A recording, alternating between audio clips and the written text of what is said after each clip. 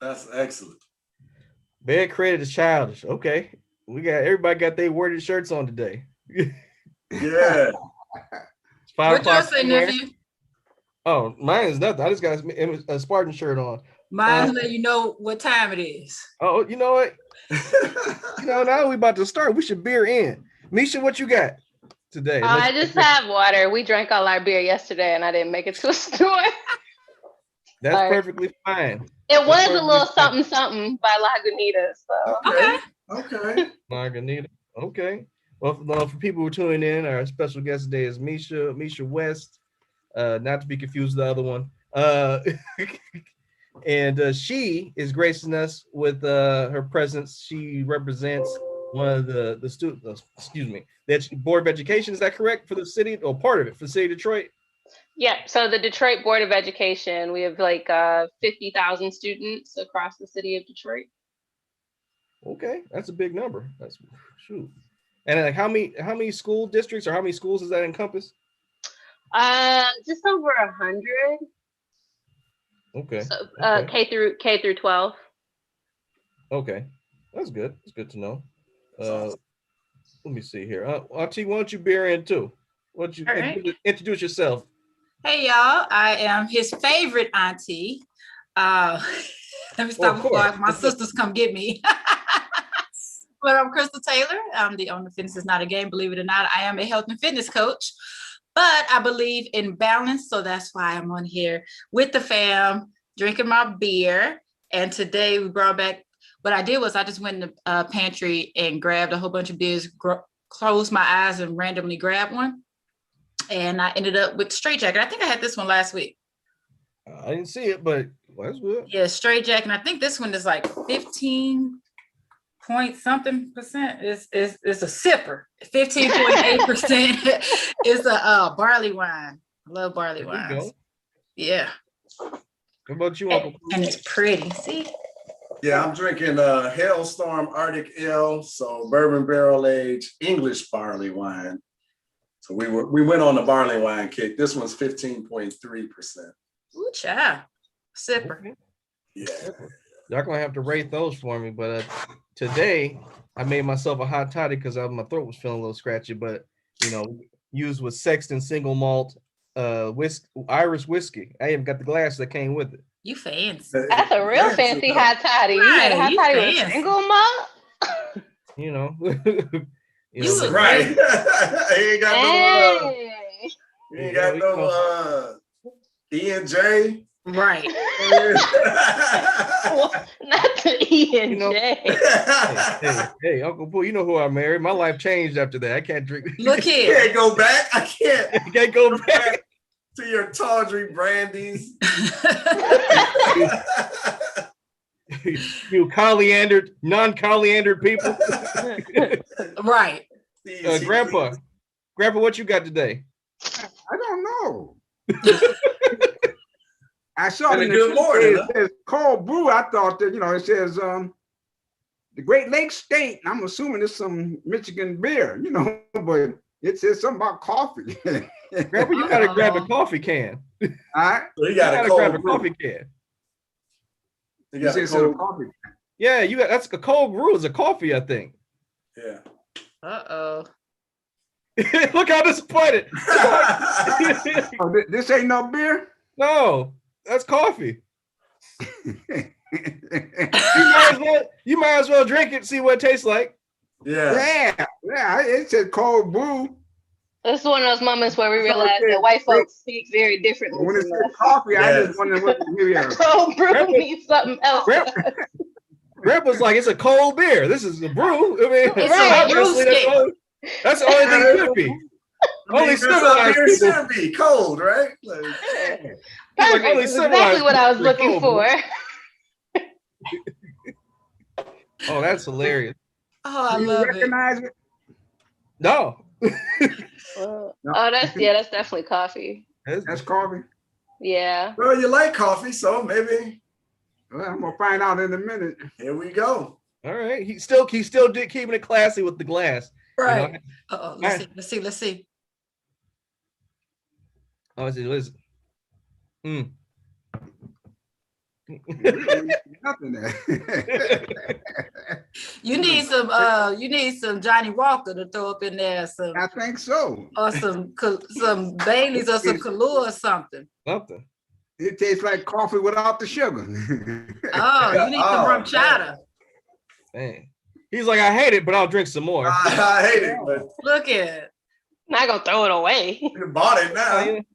Yeah, spent the money on All it. right. Or whoever brought it to the I'm house. not even gonna rate that. Dang, it's unrateable. Anything below 5, Oh, tell Alice to bring you up some sugar and some cream. yeah. When she be here to me, I'm tell her how long. Bring me up something. No, bring me up one of them Budweisers down there. More like it. Even better. Definitely. Well, let's get it to today. We got a special guest. So let me just break it down. So this is what term is this for you? You've been on the school board for this, because I remember voting for you. This is your second term, or? This is my second term. So I was reelected this past November. Thank you. And I had already served 1 4-year term. So this will be my second 4-year term. Awesome. Okay, cool. And like, can you keep? I'm not familiar. It's not like a presidency. You only get 2. You can keep going, right? Yeah, I mean, some people, especially in like small towns, but also actually even here, there are board members. They stay on their school boards for like 30 years. I have no interest in doing that.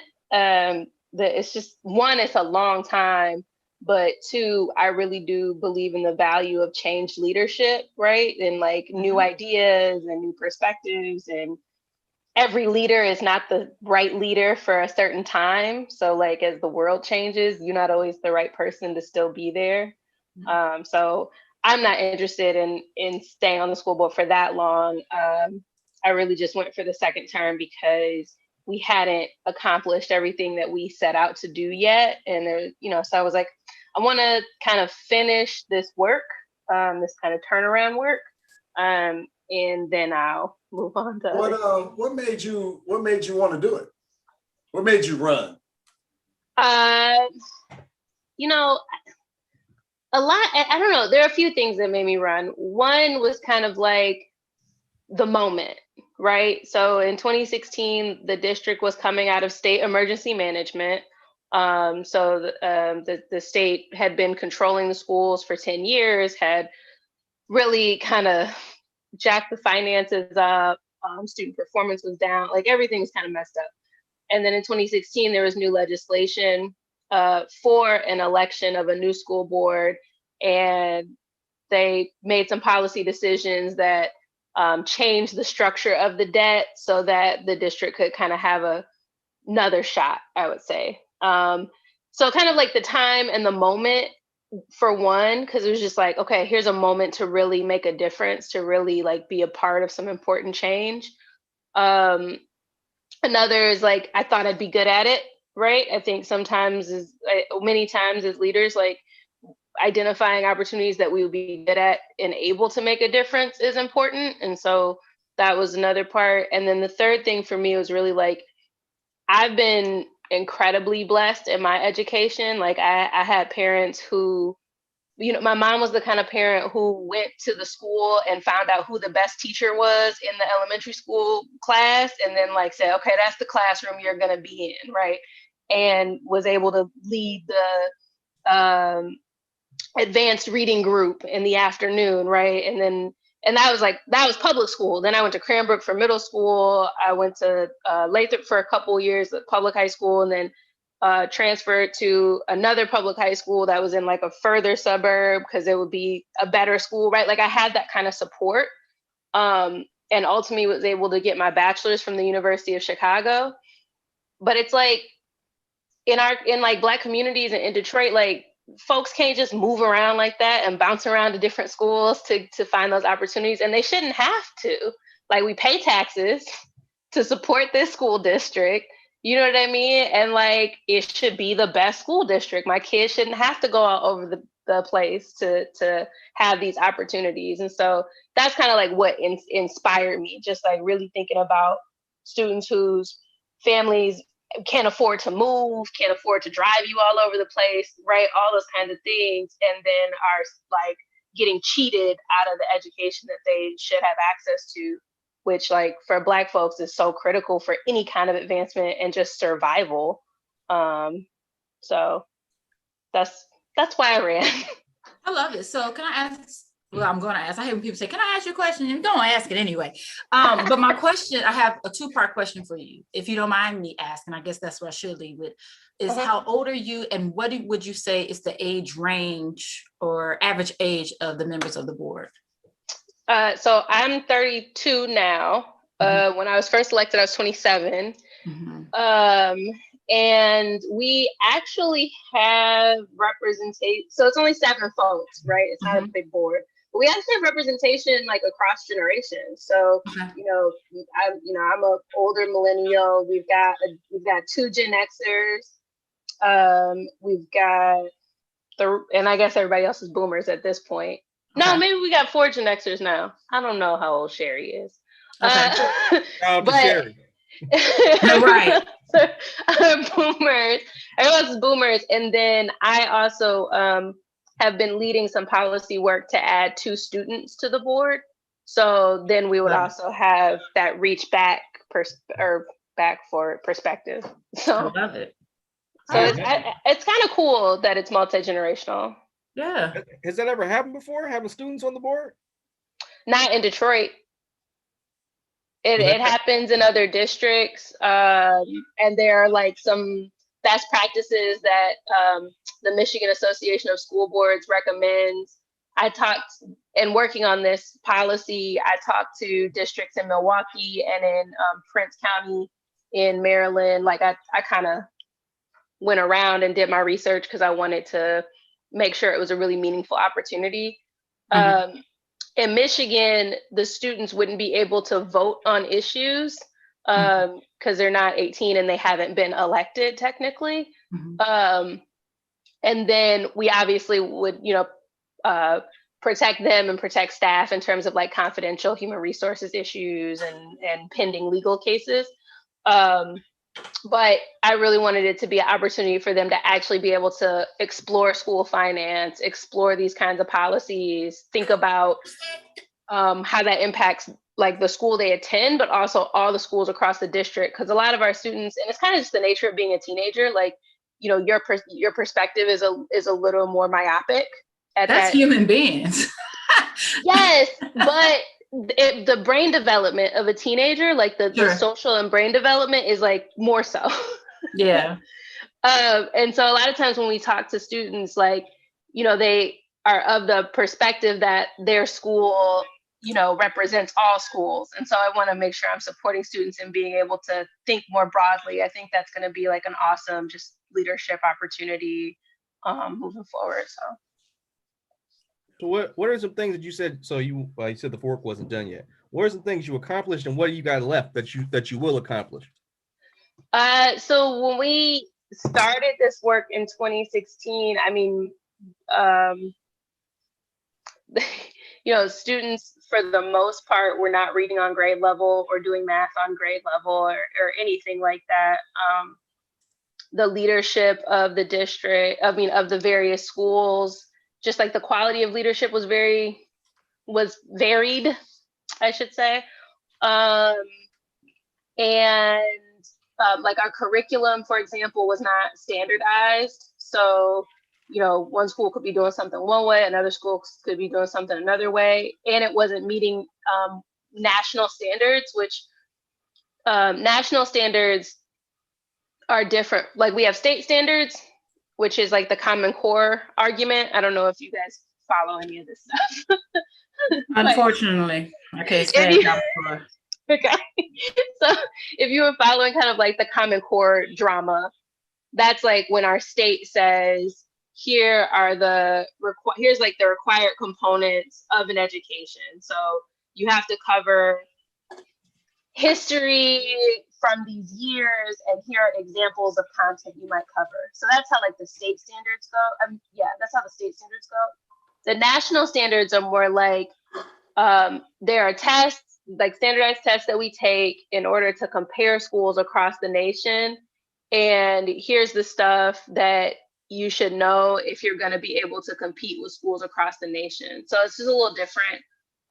But our curriculum was not meeting those national standards, things like that.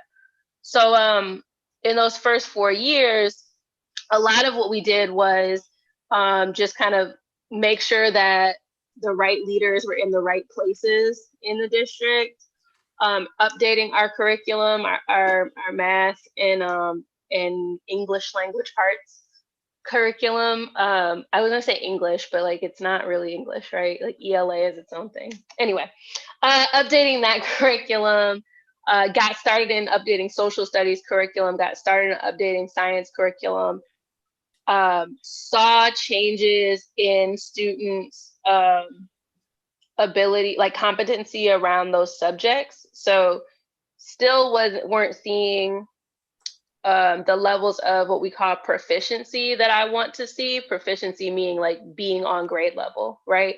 So even today, we're at a place where if you look at the data, there's probably 15% of students who are totally proficient who are on grade level. But what we did see is huge jumps in growth, which is the pace at which you're learning. So it means students are going to more quickly get to grade level given the changes that we've made. And that's all just within the context of thinking about hey, the district was failing and we had to turn it around. And so that's kind of how progress works. It's not going to be 100% overnight. But I wanted to just dig in and keep that progress going, especially with COVID, right? Just kind of, it makes it even more difficult. So I didn't want to back down from that. Yeah, as Pops would call it, that would be called incremental change. I just had to put that on in there. That incremental change comes on over to education as well, Pops. What you think about that? Let's get Grandpa in this, because one of his favorite things is to say is the black woman will lead us to salvation, and here we have one that changed the whole education system. So what do you think about all this, Grandpa? I love it. I love it. I tell you, we on our way. Yes, sir. So optimistic. So optimistic. So with that being said, when you say we're on our way to what? What do you foresee happening in the next 20, 30, 50 years, maybe with education? Since we're on our way, you think we're going to actually have some Black history curriculum for the whole year? I like to sum it up. We're on our way to Freedom Land. Here we go. Okay. The educational system, the economic system, the social system, everything is coming together. And I see it happening every day. And I'm happy. So Pops, do you really feel like Black folks will finally, for real, be equal? Representation and everything? For real. Bless you. A perfect example of that was January the 6th. We on our way.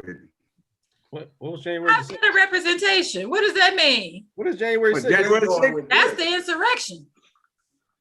That's what I said. We on our way. Why?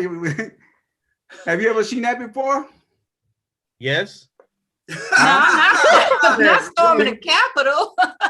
Talking about white people in when they get mad. I feel like January 7th was a sign for me when they were all getting arrested at the airport trying to go home. Oh yeah, that video where that dude was crying, he's like, they're making me a terrorist. And I was just like, that was some good watching. Oh, that woman crying, saying, "This is our country, God, please help us." So you think the fact that some white people finally got arrested for the craziness is a sign that we're going to start getting equality as Black folks in this place? Yeah, we're not just getting it, we're taking equality. We're in the forefront of it. Well, I mean, that's right. In other words, we ain't got nobody. To a certain extent, Grandpa's right. I mean, look what Misha just said. Never in the history of Michigan's educational structure have someone pushed to have kids actually on the Board of Education to help lead the change to betterment of education. Mm-hmm. And Misha is the part of that, moving that forward. I mean, that was actually the two part of that. What what was what's the unfinished work that you want to get done? What was that part? Because I don't think I heard that part yet, Misha. Me personally. Yeah, you said there's something that stuff is not completed. Y'all want to So get like that. the big word is like the big work is like not enough kids can read, and I want kids to read. Like that's the big thing. You're gonna be on there for a while, baby. I am going to do another 4 years, and we'll see where we get. And then I'm going to think about like I want to also be doing succession planning. I want to be thinking intentionally about future leaders. So yeah. It's it ain't looking good right now, but listen, that's the big work. Yeah. Is the majority of I would imagine the majority of the students are Black. Yeah. Like, how is the content? Like, does the content speak to them? Like, are they at the center of the content, or is it just typical white educational system content where white people are the center of everything, and we are on the borders trying to figure out how do we fit in? Mm-hmm. You know what? I would say that it's somewhere in the middle right now, and moving towards centering more Black, brown, and other marginalized voices. Part of it that's hard, right, is when you're in the public education system and connected to government, right, is like we always have to strike a balance between making sure anything we're doing fits into this governmental system and that we're able to be evaluated so we can get our funding, right? So we can exist. So that's always a hard thing to balance. But when we updated our curriculum a few years ago, we intentionally chose curriculum that included books, with voices and stories about Black and brown folks. We've continued to support our schools that have African-centered education. And then actually right now, and this is to your point, Sean, about like work I wanted to continue. So in 20,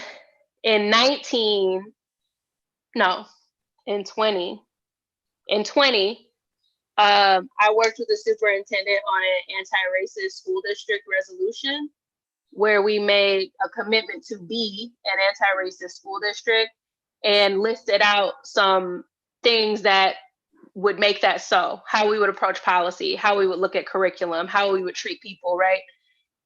But a resolution is a statement of purpose, basically. It's not actual policy. And so that was other work that I wanted to make sure I dug into so that it was real. So that actually, so it wasn't just like, yeah, we're gonna be good. And then it's like, okay, but what are you gonna do to be good, right? So it actually Is it Bob? Huh? Oh, I'm sorry. I was just thinking about what you said. It was like, I'm not going to put you in it because I don't want you to get in trouble. But it's irksome to think that we're in a city of over 80. Irksome? I'm just using the word, man. It's troublesome. I don't know. It upsets me. I'm angry about it that we live in a city. It makes me mad. It makes me mad. I'm trying to be classy, man. I got a glass today. He is not drinking out the can. And single malt at that, first of all. Who makes a hot toddy with single malt? You got to dig into your vocabulary when you drink single malt. Trying to show a little vernacular. Yeah. But yeah, it makes me mad then. God dang, man. It makes me upset. It makes me angry. But that we're in a city of over 80% Black people and we got to figure out how not to be racist. Like what? Like how does that take?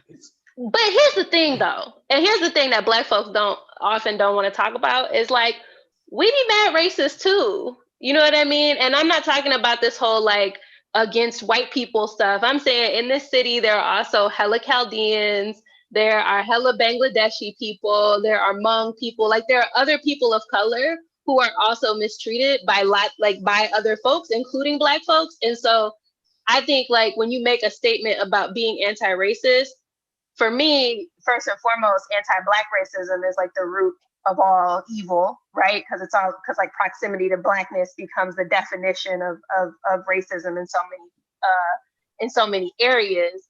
But it's also saying like no, everyone here has room to examine the things that they do, to examine the voices that we lift up, to examine the way that we treat people, and to make sure that we're not perpetuating racism in any way, shape, or form. So like that is logical and fair. So I just want to start with that. That's okay. This is about to be what? huge. Just hit me with it. Hit me with it.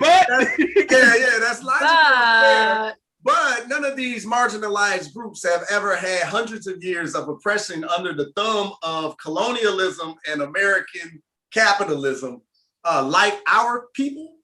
And I think it's more imperative that we have us at the center of everything that we're doing. I'm not saying damn anybody else, but us first, and then they got to figure out where they fit in, because they've been able to fit in because they haven't had the oppression and the outright aggression against us as a people.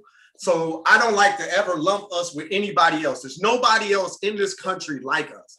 We are non-immigrants. We are not immigrants that have come to this country on our own footing, ability, backing of our country, our government, nor acceptance, right?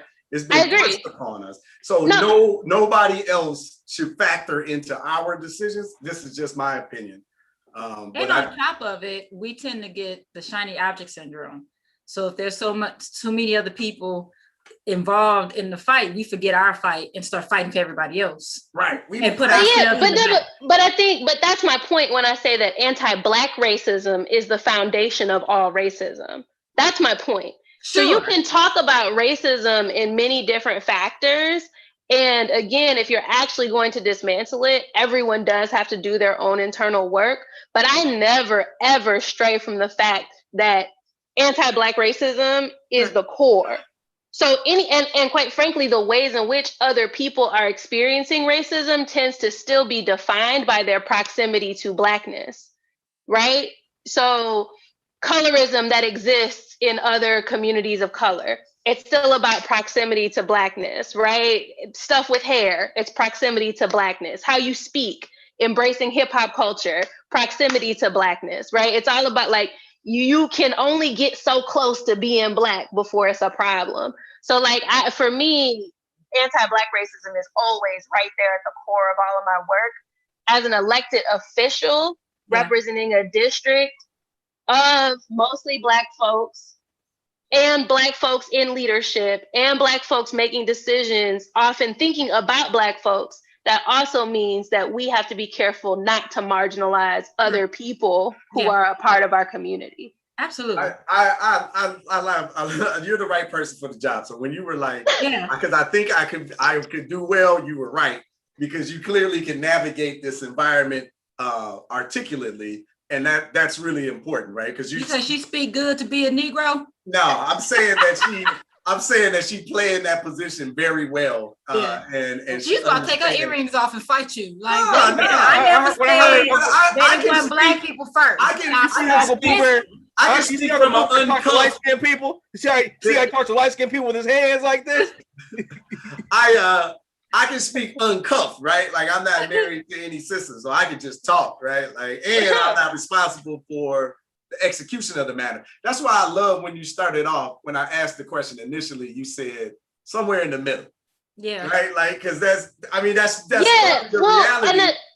What I was going to say was that actually 2 weeks ago, we put so one of the commitments, like I said, in this resolution was about our curriculum, making sure our curriculum is anti-racist, right? And anti-racist, it just means, again, centering Black folks, centering these voices. Like that's all it's really about. So we a couple weeks ago put the call out to staff and teachers in the district to come together on a committee to review our curriculum, review every single component of it. Are we still telling the lies about Christopher Columbus? We need to change that. Where are the issues, and let's fix it right now. So that's what I really meant, literally somewhere in the middle, because we chose a curriculum with this in mind already. It likely had its limitations, and so I refuse to say that it's where it needs to be. But hopefully after this next process, we're moving it even closer and closer to where it should be, you know? And please add, we need more pre-colonial Africa and Black people globally, pre-colonialism in the teaching. We can't teach our We babies.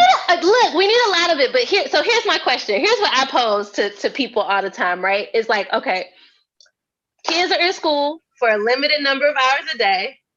And then, you know, the way shit is set up, for better or worse, they got to go through this structure of like K through 12. We all have to make a decision about like what are the things that they have to know by the time they get out of high school that the district is responsible for, right? And then knowing that a lot of our families aren't, you know, able to do the supplemental teaching, how do we deal with that gap? Like, there's going to be a gap somewhere. There's enough time. I don't know what the district is responsible for, but I know a lot of time is spent on the Roman Empire, and during that entire time period, in other places on that continent, there is African-centered conversations going on. The Romans sat at the feet of the Africans. The Greeks, who is taught extensively throughout this educational system, sat at the feet of the Africans, and none of that is transmuted to the children so that they understand that the civilizations that were predate all of this look like them and are people that they come from, and that centers a person differently in their education rather than everything of value comes from white people. I agree with you. And we have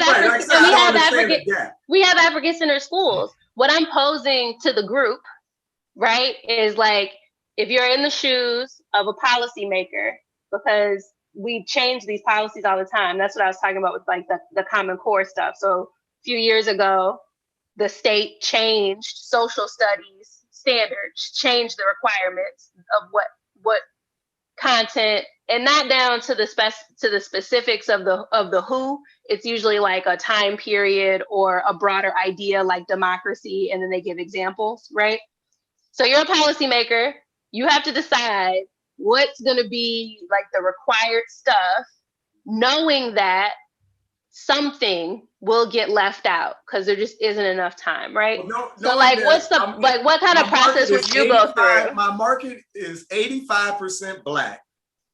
Black African-American children have been consistently marginalized in every single way, who hear the lip service of, this isn't you, lip service of representation matters, right? We got so excited when Barack Obama became president because representation matters. Kamala Harris is VP because representation matters. This is important to our children. Where is the representation in the telling of history and education? If representation matters, this should be core to all of our children. They should come up with this understanding because it develops a different type of child. You want to talk at the reading standards, the math numbers, and why we're not getting people into this and that. They're not seeing themselves in their education, their upbringing. All they seeing is pimp, hoes, thugs, and slaves. We are nothing but the descendants of slaves. We got to defeat that. So if I was in the position, my standpoint is African-centered got to be at the center of all of this, because that's just the answer. That's what leads us out of this. Other than that, we just continue to put band-aids on bullet holes, and maybe we get it together at some point. I don't know, but that's where I would go. But I don't know if that's reasonable in the landscape that you're operating. I mean, again, like I said, the state, it's a state level thing first, right? And so that means for the whole state of Michigan. And my question isn't, I get what you would choose. My question is, what would you leave out? Yeah, because I don't know what comes down to me to the left and right of it, but I leave out Europe. I leave out the Roman Empire. I leave out Greeks. I add in the Moors. I tell you that the Moors civilized Europe right before the run up through civilized colonialism, the 700-800 year period right before that. Hey, Alice. I add that in. For that coffee. Same time period, same information, but just a different story because it's told from the truth rather than the oppressor's viewpoint. Pops, Huh? tell Alice to get you something for that coffee. Nah, I might Or go- bring you a Bud Light. Pops, tell Alice to get you a Bud Light. Hey, Alice, bring me a Bud Light. Okay, go ahead, babe. Yeah, our educational system makes our children grow up to have white hero worship. And I would try to combat that at every angle. But again, I don't know what the state comes down and says, you got to choose between this or that. So maybe it's not even up for debate, right? Like, that's just what it is. If y'all gonna get this money, you gonna teach this. And, you know what I mean? Like, I have no idea. I have no idea. It's not that prescriptive as like, you gonna get this money, you gonna teach that. Is your hand raised? Yeah, you got your hand up. Yeah, I'm gonna ask a question really quick. Oh. Yeah, I got it. Yeah, so I got a 2-year-old, right? We live in the city. So you're changing the thing, and I agree with Uncle Pooper saying, and I see where you're trying to push things forward. So in between the time he's 2 until when he can actually start going to big kid school, like, what's something I can do to expect to see? Like, what's the reason I want to have him going to Detroit schools as opposed to having to pay a bunch of money to go to Montessori or some other school that will actually center him around learning about who he is? So, I mean, obviously it should be on some of it's going to be on me and his mother. Like, we're going to have to teach him about his people and everything. That's just what you do as a parent. But like, I don't, like Uncle Pooper said, that's a real fear. Like, he's 2 years old right now. He gets to see little kids like him outside. He gets to play with them that are neighbors. But when he goes to school, like, what's he like? Am I going to have to deprogram him from stuff? Like that's I'm really afraid about that. You should. Like, well, I mean, in Detroit, we have Montessori and we have African-centered schools in the district right now. So so I'm saying, if you're asking me like a literal question, like, where should he go to school? I'm like, well, we have that stuff. Well, no. I mean, like, because you brought up before, we pay your taxes. I pay my taxes in the city, and like, in majority Black city, what are some places that are based on what I pay taxes for? I can send him to that I don't want to have to pay money outside. That's what I'm talking about. I'm saying Detroit Public Schools Community District has 2 Montessori schools and 2 African-centered schools. Oh, like that you could just enroll in? Yes. I didn't know that. That's what are you look this up. Well, here we go. Let's get the marketing plan out. I'm like, no, I'm trying to tell you, we have that. That's great. I had no idea like that. That was under. No. We have that, was and like private money. No. I mean, this is also work that's been done over the last few years. So African-centered education entered Detroit Public Schools history in the 90s, like it did in many different schools, in many different districts around the nation.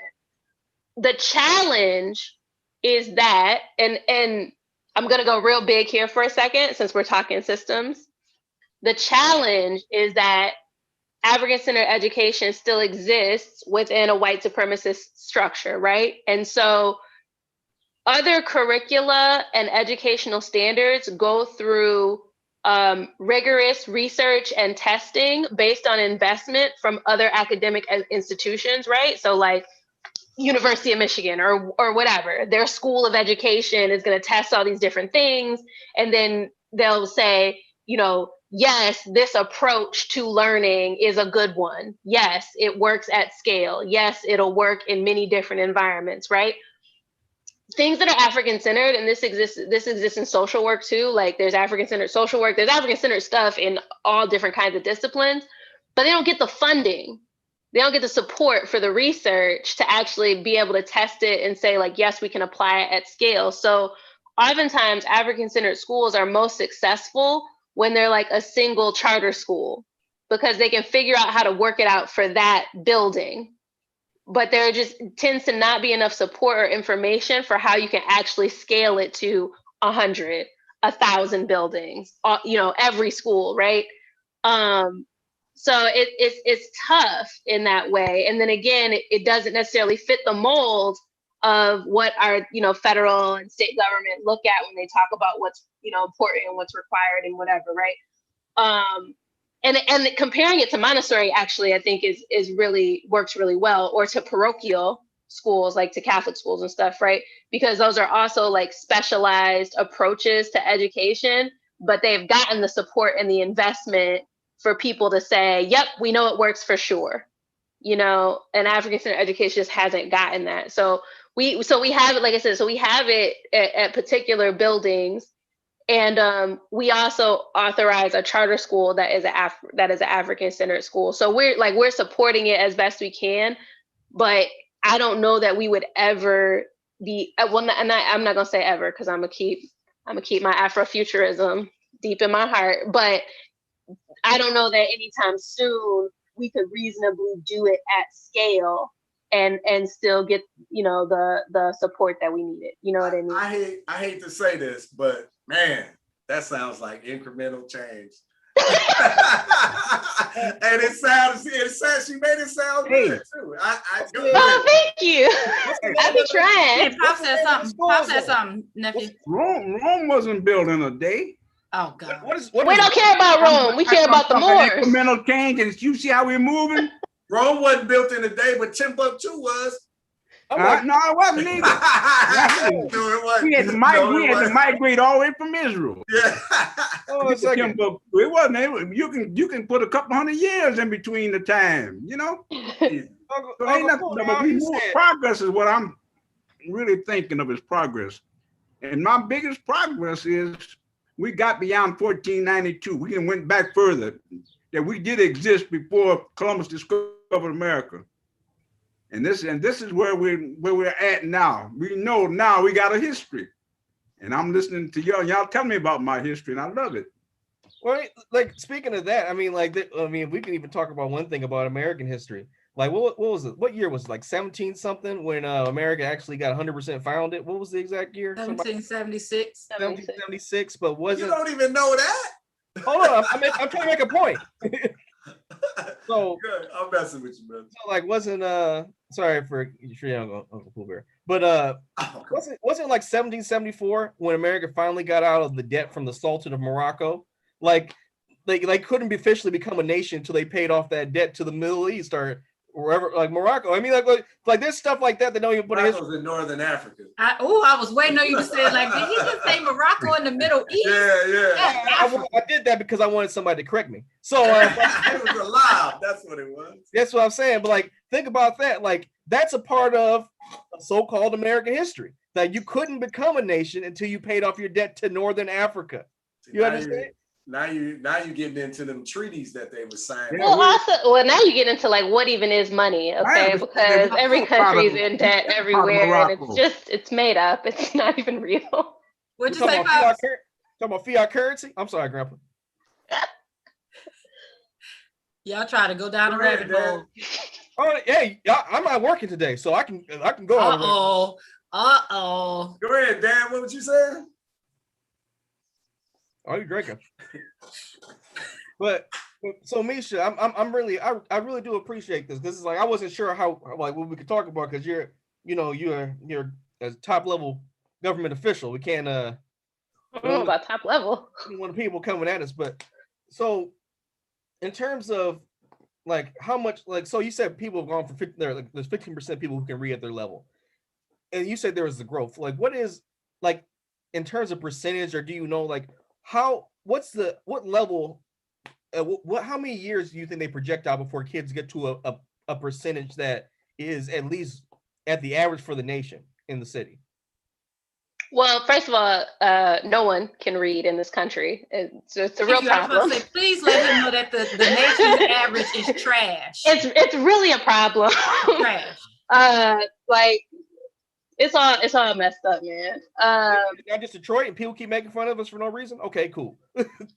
As usual. But so I'm not going to use that as a standard. Here's how I put it. Right now, and actually, so something that's really interesting about COVID is that because I'm sorry, I'm trying to stop myself from going on a tangent about reparations and the way they've been doing funding lately. You said my word. But it's fascinating. So we are investing in programs that will move literacy more quickly. Let me just say that plain and simple. So, we've been able to see progress where students are moving, 2 grade levels in a school year, and Wow. they're getting on grade level, right? So that's coming up from behind. And so for me, the celebration is being on grade level. The moving 2 years is like, you just doing what you should have done 2 years ago. So like, I don't pat myself on the back for stuff like that. It's just for being That's on good for grade those level. kids. That's good for those kids, though. It is great for those kids. It's just as a leader of the district, I try to keep my eye on the prize, because I think I'm sometimes happy for those kids. I'm Yes. happy for them. yes, it's great. It's great, and we COVID funding actually has allowed us to fund our district more closely to how it should be funded, given the needs of our students. And so we're going to be able to push a lot harder in that area as well. And I'm happy about that. I can't, when I started this gig in 2016, they said 10 years. You should be able to turn the district around in 10 years. COVID, I don't know, right? New Orleans, it took 7 years to recover from Katrina in their public schools. So, is 1 year of a pandemic, 2 years of a pandemic going to be equal to a hurricane? Possibly, given what we've been experiencing in our communities. I hope not. It's one of the areas where I think, again, the way they've decided to do this COVID relief funding has been appropriate for the needs. And that's what was taking me on a tangent about reparations, because I'm like, oh, this is what it looks like when you actually factor in equity. We don't get into reparations because you brought it up.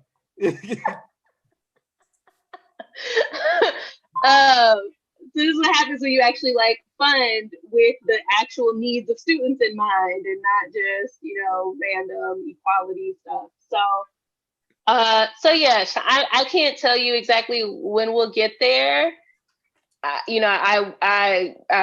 said, okay, I'll do re-election. That's 8 years, which is pretty close to the 10 years that I thought it would take to turn the district around and see where we are.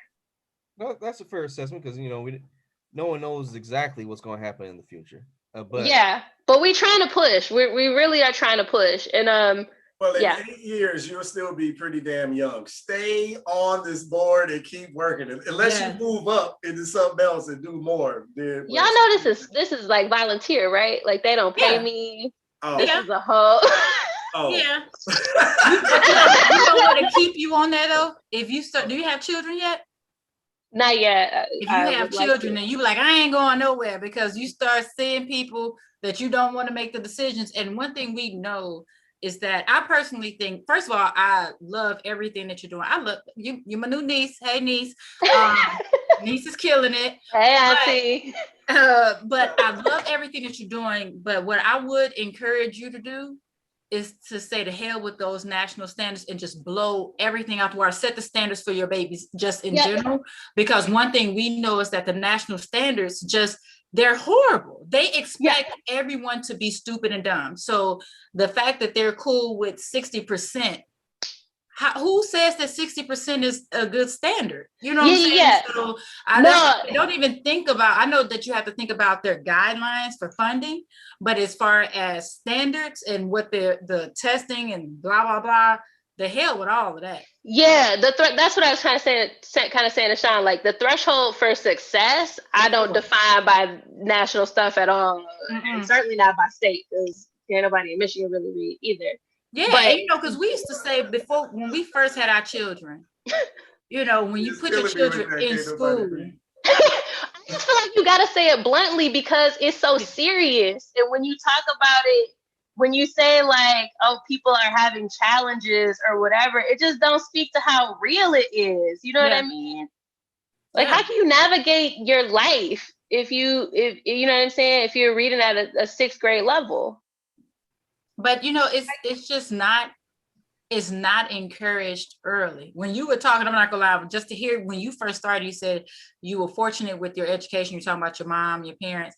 That's the stuff that we did. We met with the principals and the school districts every year. Like, who y'all got on deck for next year? Right. Let's see. I don't like her. Yeah, no, Right. not that one. We're gonna go with this one. But on top of that, we were super active. You know, like your mom read in the schools. We were on the PTO. We were on the No Child Left Behind committee. You know, we did all the volunteering and chaperoning.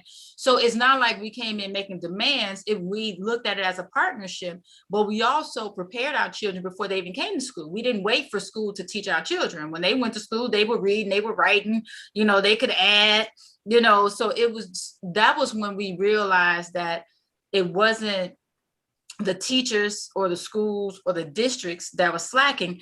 It was coming from DC, you know, and it really, and I really, so, that's what I was gonna say too. When you mentioned bringing the babies onto the board, that is amazing.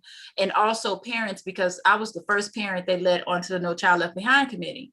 And that was when I realized these districts are doing what they can. It's just the guidelines and the structure and the requirements from DC are trash, you know. So there's no real big push from the government. And when you're just trying to get the funding, make sure that, you know, doggone MAP scores and all this stuff are high enough. It's horrible. It's a horrible cycle. It's a horrible cycle. So I always get excited when we see teachers and administrators and board members who are really looking at the big picture of what the future will look like for these babies when they have the support and the information they need, and not just about if we're going to be a tier 1 school and this and that. It's like really looking at the success for these babies. So quick question. I did have a quick question for Pops though, that I thought about earlier when you were talking, Misha, about the when you and Fred were talking about what to keep in and what to take out, you know, is to meet in the middle. So Pops, I know I guess my question for you was, because, you know, with your generation being so different, at what point did you feel you had to step in to make sure that Pooh got the information that he needed, that you knew the schools weren't providing as it related to African history and Black history? Like, did you do that at a young age?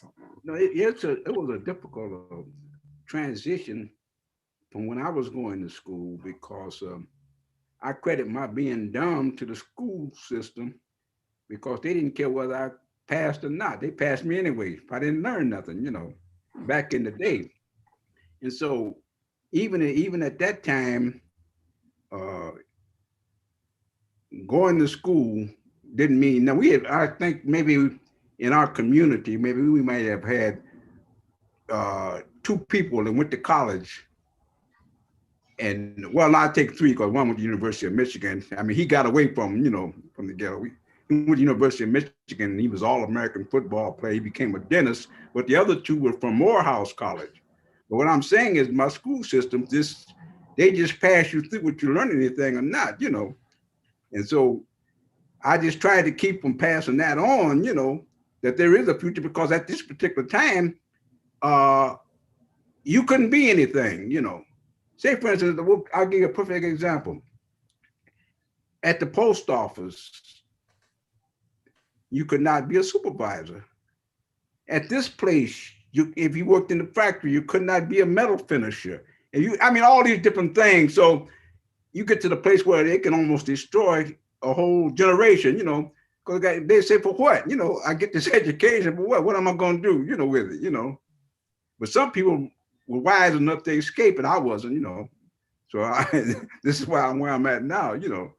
But I always wanted to be able to help, but I didn't know how, maybe. Does that kind of answer?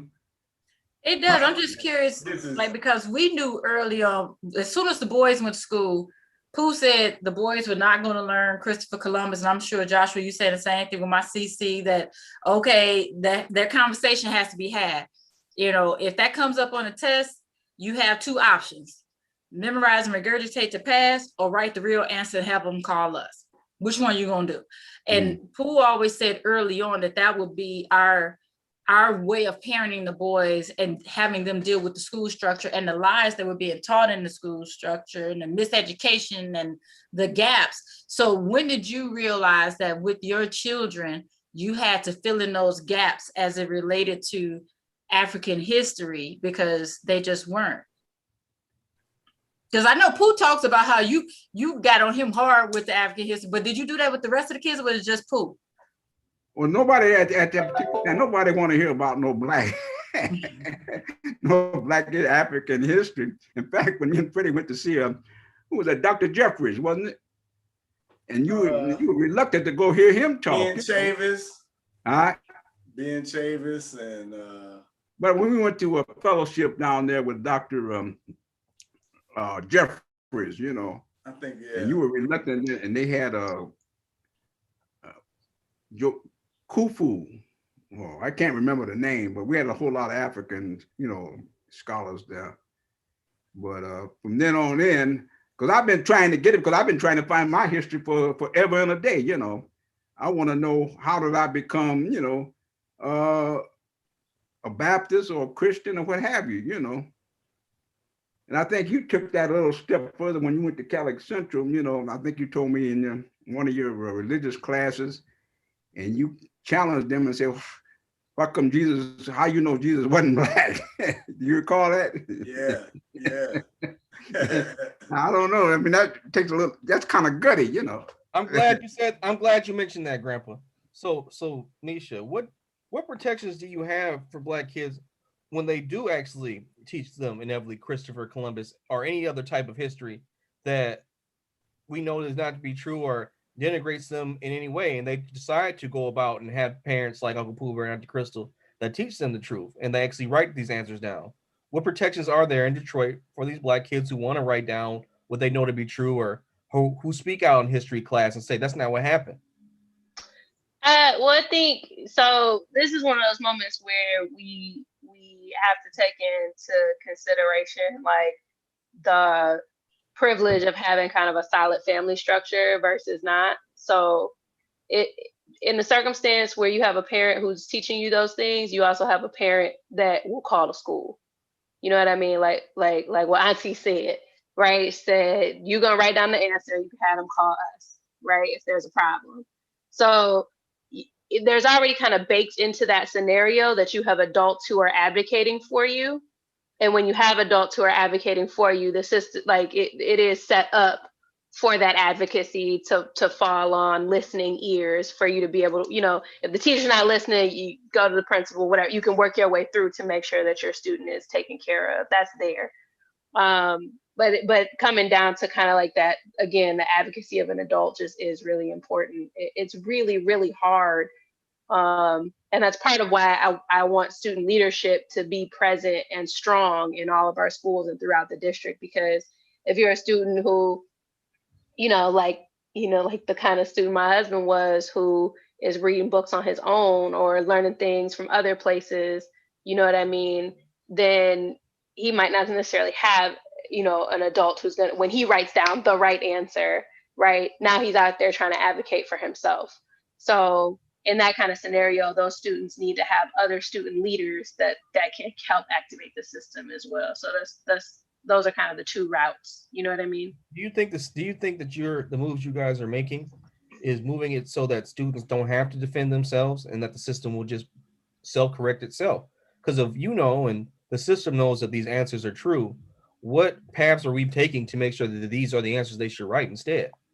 So that's the goal. That's what I mean when I say, these teachers are going to come together and evaluate our curriculum and look at every single component of it and say, what is it? Is it racist?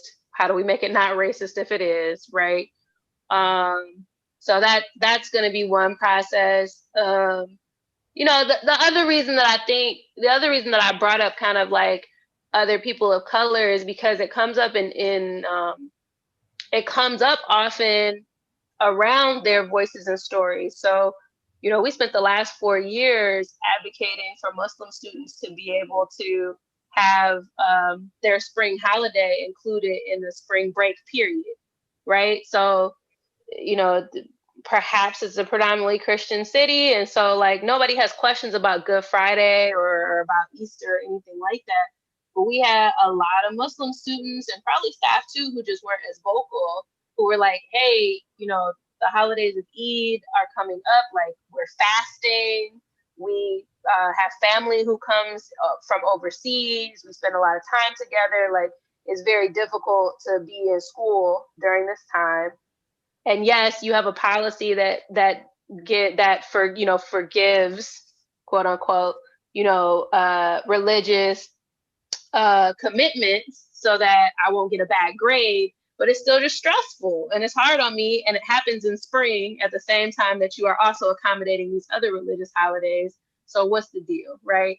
So that, and to me, I saw the challenges we had with getting that done as just kind of like a fundamental lack of exposure of like the rest of the school community, just not really knowing much about that, not really thinking much about Muslim students who are both Arab and Black. We actually have a lot of Black Muslims here who are from various African countries or who are part of the nation, right?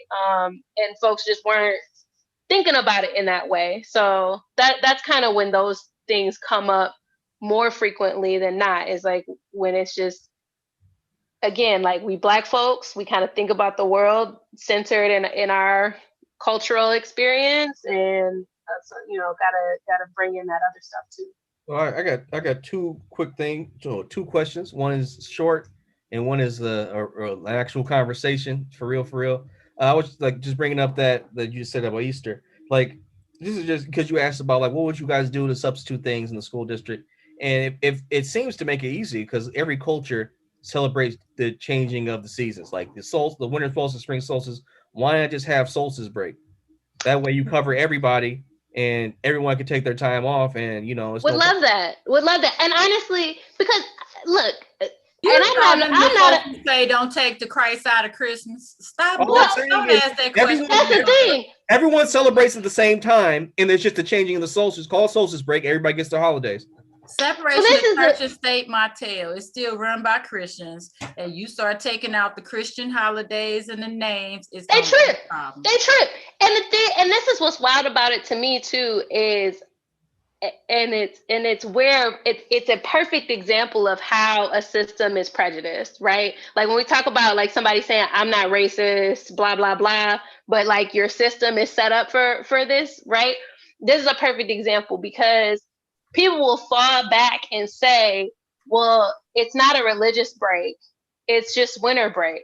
It's not Easter break. It's spring break. Mm-hmm. Okay, but the origins of these breaks are to accommodate these religious holidays. So clearly that is what they are. And we need to just say that and fix it or change it or whatever. Yeah. So yeah, I would be down with that. It's a collective, but all of the schedule for the school year, the calendar, is a collective bargaining issue. So we have to negotiate it with the unions, the placements of all breaks, all that stuff. So the second thing I want to talk about is something near and dear to my heart. Because you brought it up, and I don't want to bring it up myself. So reparations. When are we going to teach? When are we going to teach these kids who are not Black people, and especially Black people know about this too, why we deserve reparations? Because it's not a loan, it's not a handout, it's something that's owed. Now if you need books there to me to distribute it, I'm good for at least 30 books I can send to a class someplace. But I know it's going to be more than that, and it's really an educational thing because it's not just for Black people. Because when white people hear, it's like why do Black people deserve it when hundreds of other people in the United States are still getting paid reparations to this day? So it's only the only one group seems to be people who look more like my grandfather than most. But I just want to point that out. I mean, even though we all are Black, but Grandpa he'd have been here the longest. He definitely deserves everything he should get. And I just think that in the education system we teach acceptance of this, that, and the third. We teach history of this, that, and the third. We teach we don't even really teach who really created mathematics. When we're in math class, but we definitely should teach why certain people deserve certain things if everyone else gets reparations, but we don't. So when is that going to be part of education? Because it might not be my generation, but these kids growing up, If they learn that and learn about why it's important, then they'll be the ones who reap the benefits of it. And it should be definitely our people, because we built the damn country, and we should definitely reap something. And if you fired up. Word. So the reason I started thinking about it is because there have been two policy decisions right now at the federal level that open up a discussion for reparations in a really unique way, especially following the Senate hearing 2 years ago on HB 40, right? On the HB 40, the bill to examine the impact of slavery and to make recommendations about reparations. There was a congressional Senate hearing on that bill a couple years ago. I don't know if you guys watched it. It's on C-SPAN. You can watch the whole thing. I definitely watched it. I've been following Okay. it.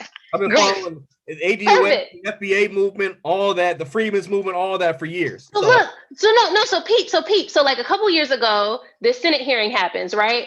And reparations is, on the mouths and minds of the public in a way that it has never been before, in terms of, the access to information, the way people are examining it, right? I'm listening to Freakonomics podcast episodes about the different economic impacts and different plans and different approaches. And then just now, within the American Recovery Act is a reparations policy for Black farmers. But no one is calling it reparations, but that's literally what that policy approach is. Did you guys following this in the American Recovery Act? Speak more for the people who didn't see it. So in the American Recovery Act, they carved out money for Black farmers specifically, and on the basis of Black farmers having lost their land at far greater rates and far greater percentages than anyone else over the years that they have been farming. So they literally baked in a reparations policy into this COVID money, this COVID relief money. And there's been a lot of conversation about it and about Black farmers, but the term reparations has yet to be used as far as I know. And obviously it's not reparations at scale, but it's like, yo, all these policymakers have been like, how are we gonna cut these checks? And how do we decide who gets money? And it's like, well, you just did it. Like, you have an answer right here.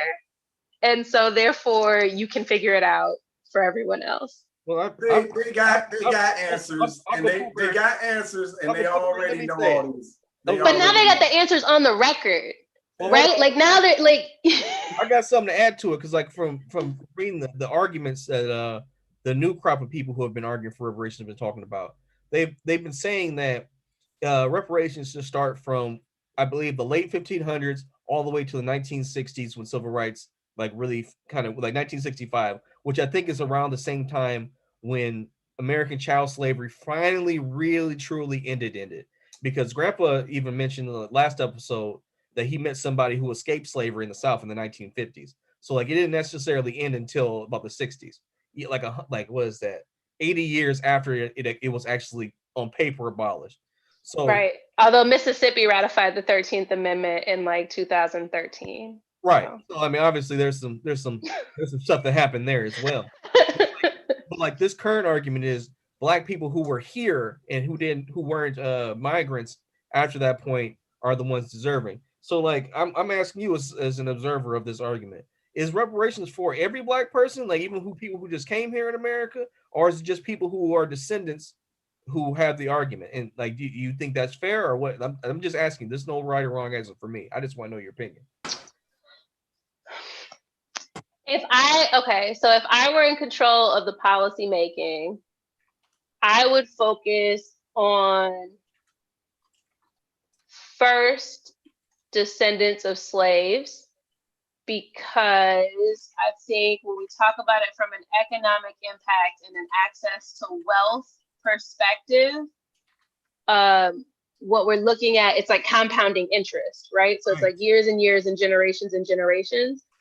Whereas folks who are not descendant but do suffer from anti-Black racism and from the impacts of like the wealth gap as Black folks, still have not experienced kind of that direct compounding interest and the historical component by which we validate the case for reparations. Well, a part of that is also because when you come here as immigrant, you can already you can knowingly claim a landmass. You know exactly where your ancestry is from. Like it's far great. It's a far less likelihood that you as a black person know where you came from if you were brought here as a chattel in child slavery, unless you used like one of the newer ways of finding your ancestry. And even then, that's not 100% accurate. Like they're like, but I also don't think that matters. I think like the whole point of reparations is to say we fucked up and we need to fix it, right? Like that's the whole point. So y'all like saying the same thing. It's just it's a little different, right? So everybody, most of us, at least in the diaspora, are deserving of reparation payments. It's just which country are going to pay. Yeah, that's what I'm saying. I'm saying if I was an American policymaker in Congress, if I'm in American Congress. Well, that's what I'm saying. Like if I, Uncle Poopers, we're saying the same thing. What I'm saying is if someone just came from Trinidad and Tobago, like I would say I'm as an American person don't deserve reparations from where they came from based on what happened to their people there and the indiscretions that happened there. But when they come here, you mean to say in America that they also deserve reparations that I would get, even though say I would go to Haiti and I don't deserve reparations that Haitian people get from there. Even though we all deserve reparations, it's based on landmass where it happened to you at. Yeah, I interpreted your question like I put myself in the shoes of an American policymaker and therefore making policy, yes, based on this landmass. No, yeah. I'm sorry. I feel like I got you now. I'm with you. Oh, yeah. I'm saying like obviously I'm not Haitian. If someone from Haiti got reparations, I don't deserve their reparations from Haiti because none of my line experienced that. But people here, like as being black folks who through generations have suffered here, it's a different argument because we should get stuff from America because we've been here, we done built the country, we got proof of it. Grandpa doesn't see more people, doesn't see more presidents than people have lived. So I mean, it's wild. Yeah, he's just got to get their money from France, Portugal, and Britain. Right. The timing is the timestamp is interesting to me too, because you know Evanston, Illinois, where Northwestern is, just their city council just approved a reparations policy where they're gonna do home repair dollars or cash, right? Well, and like it wasn't like from 1919 to 1965 or something like that. I didn't read those details, but I saw you could put it towards your mortgage, your tax bill. That's not real reparations. It was controlled. And like that to me scares me because they're gonna be like, oh, you took this reparation, so whenever the real stuff comes, you can't accept it. Like that to me that's a trick bag to me. Because you think that if municipalities do it, then it's going to make you ineligible for anything the federal government might come up with. That's what you're saying. I think the government. So it's like this. It's like the same argument people have with the vaccine, which I'm not talking about right now. Either take it or don't take it. I'm saying that it's not on black people to get the government. It's not on black people to make other black people trust the government. It's on the government to be trustworthy. So for me to actually feel comfortable with taking reparations at the local level, I'd have to know the government wasn't going to take it from me at the federal level. Mm-hmm. Yeah. So it's like marijuana. It's like drug laws. That's kind of what you're describing. I don't believe that nothing good. I like it's great if people take it, but does that mean you are ineligible for reparations if down the line we actually get like whatever like the assumption is like $14 trillion or more that we divided between melanated or black or whatever you want to classify yourself as that was part of chattel slavery or up until the point of the 60s or whatever timeline they use to classify you is it's interesting because I think it's great that the conversation is happening, but I think it should definitely be for black people, and it shouldn't be a way for people to backdoor themselves like they did. Like, are you familiar with the term $5 Indian? Mm-mm. So back in the day when you remember when they were doing the land grants, like they were giving people this land to move out west, and some of that was for the Native Americans. But they on the ledgers, you could pay $5 to a government official to get a piece of paper that said you were a Native American, so you could grab this land. So there's tons of white people who took advantage of it because they had $5, they had the funds, they had wealth, that other people who weren't white didn't have. So it's a legal term. Like, you can Google it right now, $5 Indian. People would spend money with the government to get access to this privilege, to be able to get free land to do whatever they wanted with. So that's what I'm afraid of, that people are going to backdoor seeing that Black people are finally getting something that they deserve. And actually, this is something recently happening in it's not like the country has ever been honest. No, like, like let me get to this point. So, like, I think in Washington or Oregon, there was a bill out like last year, the year before last, where Black people were trying to get reparations from the state, or just start reparations bill sooner than they have been, to really get going, and it was getting traction. But then a Latino and an Asian council of people said, "Why are Black people just getting something?" And they got enough votes to force it down. So, like, it's not just white people I'm afraid of. It's great that when people say other people of color, but it seems that whenever Black people just try to get something in legislation, if it's just for Black people, it's a problem. So it's in reparations. That's what I'm afraid of, that people claim reparations from like small cities, municipalities, or what have you. If it's not done at a federal level, it's not going to be good enough, because it's not the amount of money or the resources that at large will be respected for all of us. Yeah, I mean, even the amount of money they're talking about in Evanston, I mean, I own a home that can use some home repairs. So that little money, it'll do something, but it ain't enough to really ensure that this home could continue to provide generational wealth for our family, right? It's not because I think they're talking about like 20 grand or something like that, and it's like, right, it's 20 grand. Yeah, it's like, okay, it's not, I mean, look, I don't turn my nose up at 20 grand, but my point is just, I'll buy you some windows. Some windows, right. But it's like, when you start making decisions about, is it worth it to repair this home or to sell it? Like in my case, we're fortunate enough that when my grandmother passed, she left this house to us, right? So, okay, that means that we have the opportunity kind of to move up and kind of like this access to wealth thing. But if it's not affordable to maintain, then we're going to end up likely in a mortgage on another house and kind of stepping back. So, if that scenario was presented here, I'd kind of be like, that's not enough money. Well, that's not enough money to actually address the wealth gap, right? Like, it's not going to get you there in terms of land and home ownership stuff. Well, the other part of reparations, other than paying the debt, is to actually get Black people to their actual percentage of the wealth in America. So if we're 14% of the population, we should be around 14% of the wealth generated, or wealth just taking in from the people in America. So, like, since slavery ended, when slavery ended, Black people controlled about 2% of the wealth in America. Fast forward to 2021, we still only control about 2% of the wealth in America. There is an actual reason for that. And it's like that we have numerous examples of our banks being destroyed and taken from us, our land, our businesses. It's a sanctioned attack. If you watch Snowfall, the government papers are proof of them attacking the actual Black community are there. So, I mean, it's not like we're crying poor. We're saying we need what we deserve so we can actually become a functional member of society. It's not like people are saying we want to kill and maim people and blah, blah, blah. Like, people want to just live people's lives. They want to be able to live normal lives like everyone else and live safe and happy. And it's people who feel so threatened by that because they feel like, well, we're in this situation, we would do different. And as we saw what happened at the Capitol, some people had the idea that their rights are being impeded against, and they acted the fool. So I mean, it's just strange.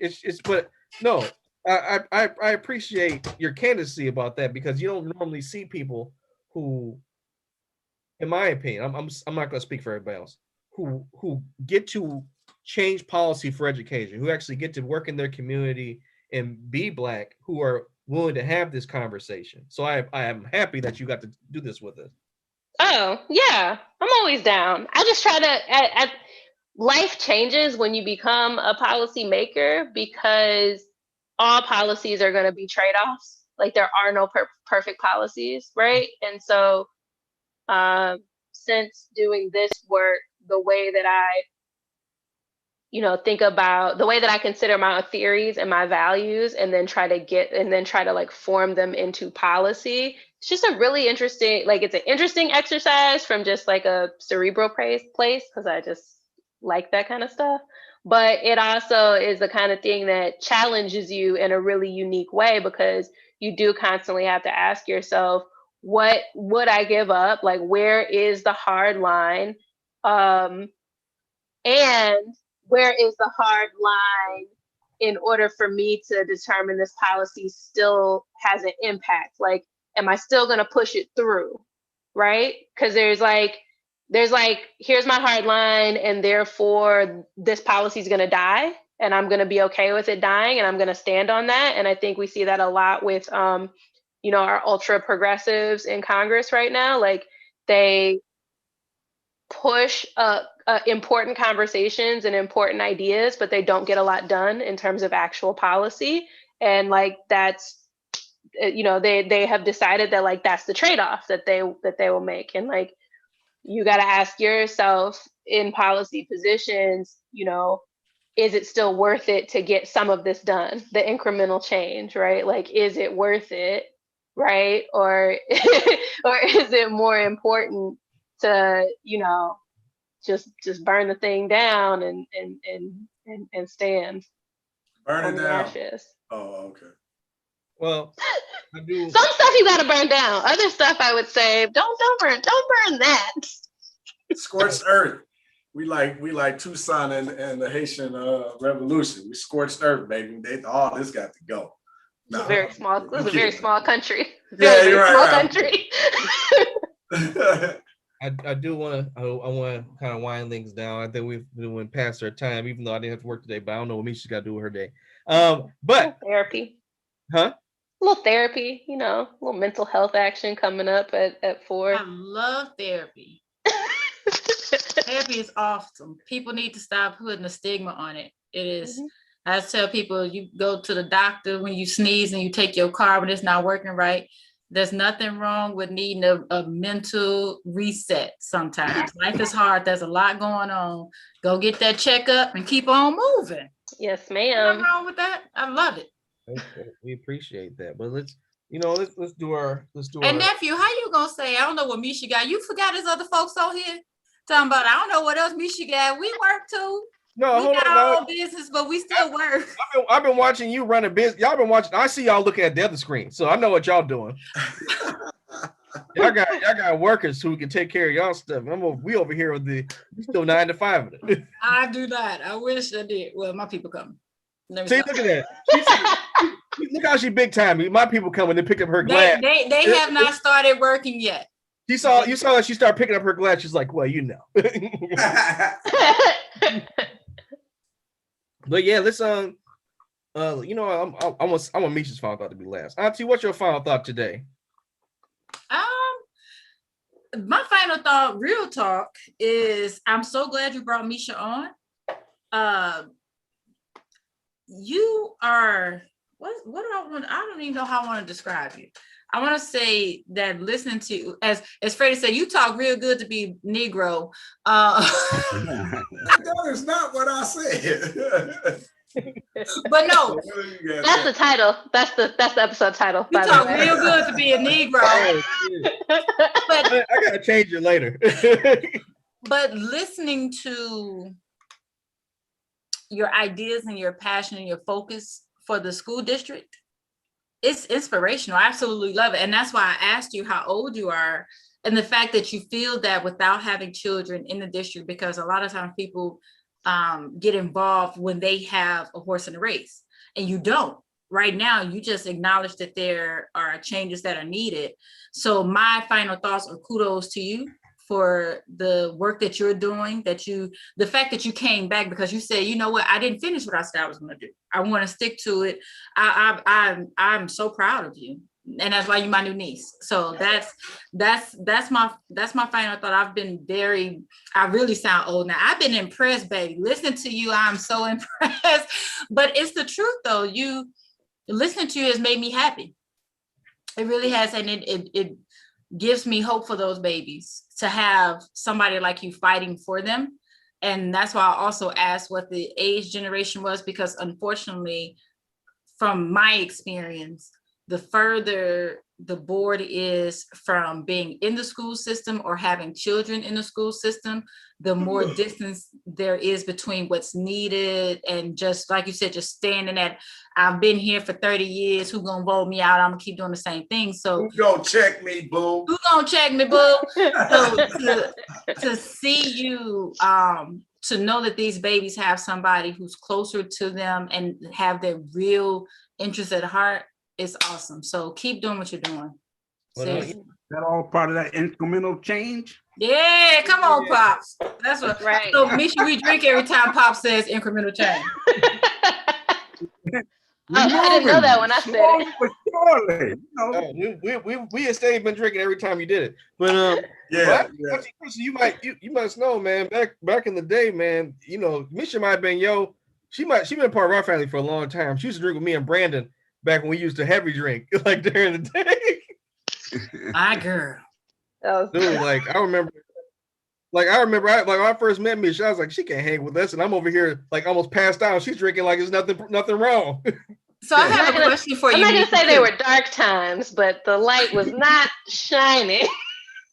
So I know you said that you drank all your beer yesterday, but do you have something that's, because you've been sipping on that water real It's slow. just water. Oh, okay. I was just like, who sips water that slowly? I was It's like, just, she must I don't have a great plate. Like, I don't have a great setup here. So Okay. every time I want my glass, I have to like reach. So gotcha. Gotcha. It's just water for now. I actually have a community meeting for the board at 5:30. So Oh, okay. I'm sure all of the drinking will happen after. Absolutely. She's a high-ranking member of the government. I don't know what this high ranking thing is. Take it. I'm speaking into existence. You gotta make sure these kids, get better than the rest of the world, man. Thanks. So when my son goes to school, I'm like, hey. Oh, you know what? Actually, that'll be my final thought. Okay. I'm not gonna say it now. What's your final thought? Oh, me? Yeah. Yeah. I'll say What is that? Oh, that's me. My bad. right. What you What is I that? say Oh I my say God. let's put No, it was like I didn't even click anything. You know how you have a tab open and all of a sudden the video just decides to play? I'm sorry. You know, Misha, Auntie just had a senior moment. right. Right. I say well, as usual, the black woman gonna save us all. Put more money into the African Centered Schools, black woman, while you leading us to a savior. Incremental change, and we going to Cuba. You only said that because you don't have any more to drink. got to go with that. You know, Grandpa, you go next. Yeah. What's your final thought? Cuba was another word. I got a long final thought. Oh, okay. What I've been reading from our scholars and historians is that the gospel, the Bible, is about us. And when we get to understand the names of the people in the Bible, then you'll know more about yourself. When people talk about the Phoenicians, the Canaanites, and the Moabites, and the Shemites, and all that, it doesn't mean anything. But now we got people now telling us who they were and where they are today, So with all this in mind, this is going to be a part of that incremental change because all those people are coming together. Are you following me? Yeah. What I'm trying to say. Sir, we picking up what you putting down? I say our only problem now, we just got to know who we are. We get it together because it's coming out piece by piece. I have noticed so far, on this program, you've had doctors on there and people in the gardening or landscaping and school system, you name it. Joshua put together a pretty good, group of people who have, just about hit on just about every part of, of this society, you know, especially the economic part. But anyway, all I'm saying is incremental change. I don't got no money to drink, but I'm on the water now. yeah, you know, I do got some water. Thank you for reminding me because I need to be functional. The rest. Misha, this is your moment. What is your final thought? And if you can, let us know some of those schools you were talking about earlier that people who might be interested in me going to. Sure. So we have two Montessori schools right now. One is at Edmondson, the other is Palmer Park Academy. Paul Robeson Malcolm X is one African-centered school. Barack Obama Academy, formerly Timbuktu Academy, is another African-centered school. Chrysler Elementary is also just a great elementary school, great chess team. You know, again, all our schools are predominantly Black and predominantly Black staff, predominantly Black teachers, things like that. So those are a few of the ones for the little babies. Bates Academy is our application K-8 school, so that's, you know, one of our better schools in the district. Yeah, those are some of the schools that I can shout out. Charles H. Wright Academy is also a good elementary school. There's a lot of them. Like I said, there's 100 schools, so I don't want to hurt anybody's feelings if I don't say the name of their school. Those are just some that come to mind based on the conversation that we were having. And then, so one of the things that came to mind for me that I didn't get a chance to say, and that I would say, like, for people with little ones right now or planning to have little ones, for Black folks in particular in Black communities, connect with your schools now, especially in Detroit and in other gentrifying cities, because parents, like, to Aunt Crystal's point, do have influence, do have voice, do have the opportunity to be a part of that community and to create change at the building level. So if you think about a large school district, again, we got more than 1,000 people on staff, 100 school buildings, 50,000 students, right? And we want the school buildings to be, unique to the community. There are some things that are the same across the district, but there are other things that we want to be unique to who are the people in this community? What are their needs? What are they about, right? And so your involvement in a school is so important for that, and so important to advocate not just for your baby, but for other babies whose adults can't be there for some reason or another. And quite frankly, in gentrifying communities, the white parents are doing that. They are going to these schools and getting involved and meeting the principal and suggesting new programming that they think will be cool for when their kid comes or whatever.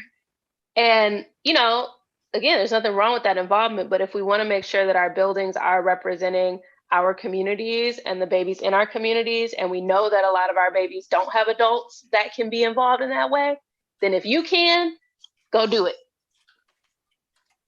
So, and that's what I say to you right now, Sean. You said you want to figure out where your son goes to school, figure it out. Go ahead, go meet some people right now and get involved in that community. Okay, I appreciate that. I'll make sure I'm a more involved parent. Because you don't have enough to do already, I'm sure. Well, no, man. I don't think you ever met my wife, but my wife would be all up in the research business. So I let her nearly handle all that. But you like Sean, don't be a louse. Make sure your kid goes in the right place. Research. Black dads matter. Ashley might be like, boy, I already didn't talk to the schools. I was over at the future teachers house for dinner the other night. Don't just let her do it, nephew. Don't fall into that trap. I just let her do it. She's so good at it. BS. She wants you. Tell them to mind their own household. Oh, say it again. I'm acting like she ain't downstairs, right? I was just thinking that. I'm like, are you about to get up? Let me Right. lock my door. I'm about to lock my door. And you know he's about to end this, right? What happened? Which means you're gonna have witnesses. Boo thing. What you talking about? Oh. But thank you, Misha, for spending time with us today. It's been a blessing. You're now our correspondent on Detroit education. Whenever we have a question about the goings on in Detroit education, we will be contacting you. You know, everybody, every show news network has correspondents. Why don't we? So, well, we also have public meetings, and all our information is public. So if you go to DetroitK12.org/board and you click the button that says Board Docs, you can get to all of our meeting documents. It'll tell you what meetings upcoming, the link to Zoom, so you can join, and you won't need as much of a correspondent. Come on with it now. That's what happens when you're a good show host. People, you just pull information out of people. I didn't even know about that. She just gave it to me. That was free game, y'all. But anyway, that's this week's show. Thank you, everybody. Hold on a second. Don't hang up, Misha. I'm just leave.